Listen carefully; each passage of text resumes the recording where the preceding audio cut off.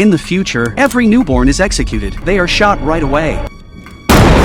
Because humans have achieved immortality, but resources are limited. No one dies by accident anymore, so no new humans can be born. Having a baby becomes a luxury. To control the population, the government creates hunter squads to kill those who give birth illegally. James is one of them. One day, he gets a report from a citizen. Someone says there's an illegal baby in a building. James leads his team there. Inside, his men read the birth ban to an old woman. She says they don't take extra resources, but they don't care. Two pale, weak children hide behind her. They've been hidden since birth. They've never seen sunlight. Their skin is sickly white. The old woman begs them. She asks them to spare the kids, but no matter how she begs, James raises his gun coldly, because in a world of immortality, birth is the biggest sin. After he finishes his task, he walks out of the slum, but he runs into the children's father. The man realizes what happened. He rushes forward in rage. The result is obvious.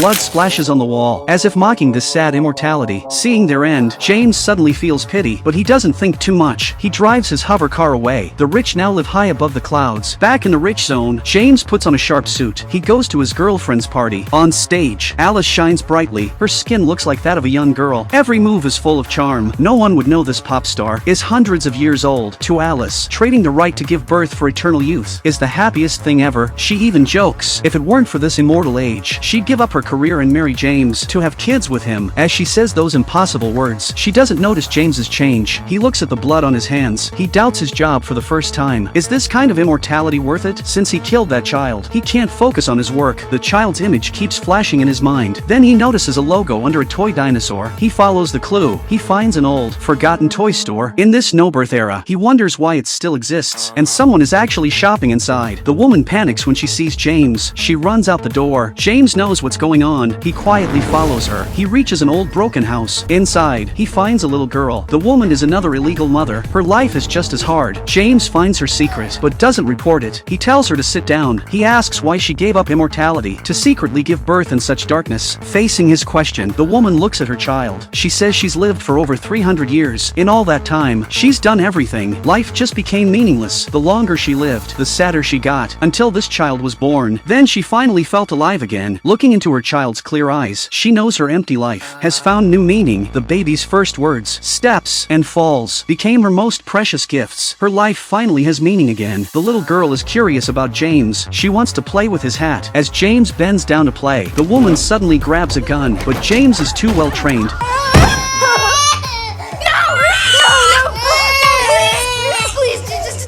Hearing the child cry in pain, he lets them go, but his team saw everything. Facing his partner and the crying behind him, James chooses to be punished.